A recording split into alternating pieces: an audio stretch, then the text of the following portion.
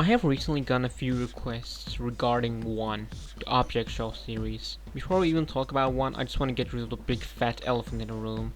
I never really cared about object shows.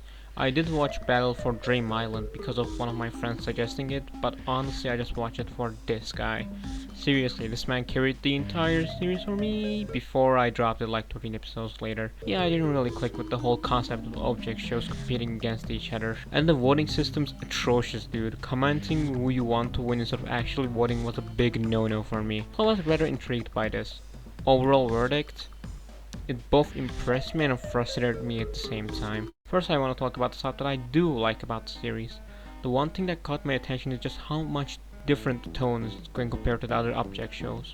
They're mostly comedy based with some character development, but the one takes a bit more different approach when compared to the rest, with making the show a psychological character study with continuity being front and center. I'm not gonna imply that the entire series is this serialized drama with twists and turns, since there is a lot of comedy scenes here and there. Another thing that caught my attention as well, the host of said object shows. To compare this to BFDI, 4 was unironically the best part of that series, but although I liked him, the entire gimmick felt kinda played out the more episodes I watched. 4 is this crazy lunatic that lacks sympathy towards anyone, even his co-host. Compare this to Airy, One's host. He's incompetent and has a very monotone voice, but he still has clear similarities to 4 which almost seem intentional. While 4 embraces the chaos, Airy is oblivious to it, and both lack sympathy towards others due to their different reasons. Airy was one of the reasons I fell in love with the series, and after watching the finale, I'm very impressed with what they did with this character. But aside from Airy, there are also other great characters. Liam and Bryce are amazing characters with interesting personalities. After what happens in the 8th episode, the divide between them grows larger and larger, and the drama between them is an amazing sight to see.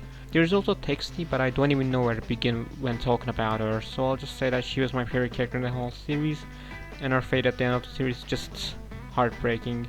But yeah, I can't continue without talking about spoilers, so if you want to watch it yourself, this is your cue. 1/8 might actually be one of my favorite episodes in any animated media ever. Like, holy shit, I think this might be in the top 5 in the likeness of the relentless mix-up and true colors. Like, oh my god, I did not expect this idea to be tackled in such a raw way. The fact that Eri just vanishes for 7 months, leaving every remaining contestant to survive on their own with no chance of escaping their prison is such a cool concept, and it was done so beautifully too. When everyone that stayed finally accepted and embraced their lifestyle, only for it to get torn apart again by... Hey guys, I'm back. We can start the elimination soon.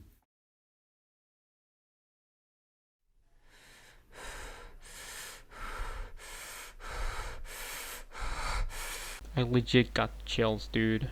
Liam having a panic attack didn't also help things either. So episode 8 was simply majestic, which makes it all the more frustrating how the ending turned out. Look, when I first watched the ending I felt very empty.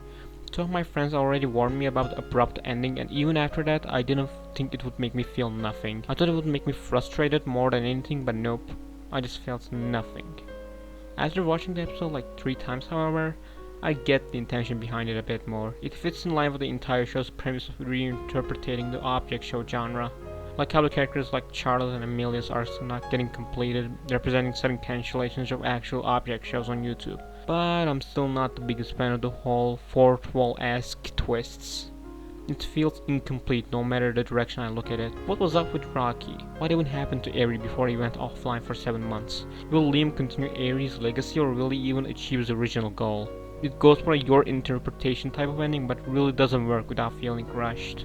I'm aware that the guy creating the show had to end it before I started school, but at what cost really? With the finale being the only bad to mediocre episode and others being amazing pieces of art to me, it just kinda makes me feel like they should have done a rewrite of the whole ending, because as it stands it feels like a first draft of a script. There are also other stuff that I could talk about, like Multi's abusive relationship, Liam's life after he returns back to Earth after 7 months of disappearance, and Season 1 in general, but realistically I just want most of these to be a surprise. One is weird. It actually made me interested in the object show genre again after BFDI not giving me the best outlook on things. At the time it was a great piece of fiction that I'm sad went out on a low quality note. I wish the ending was a lot better, like... The ending matters a lot to these type of shows, and I wish the show also got that treatment as well. So yeah, Turtle, Peacing out.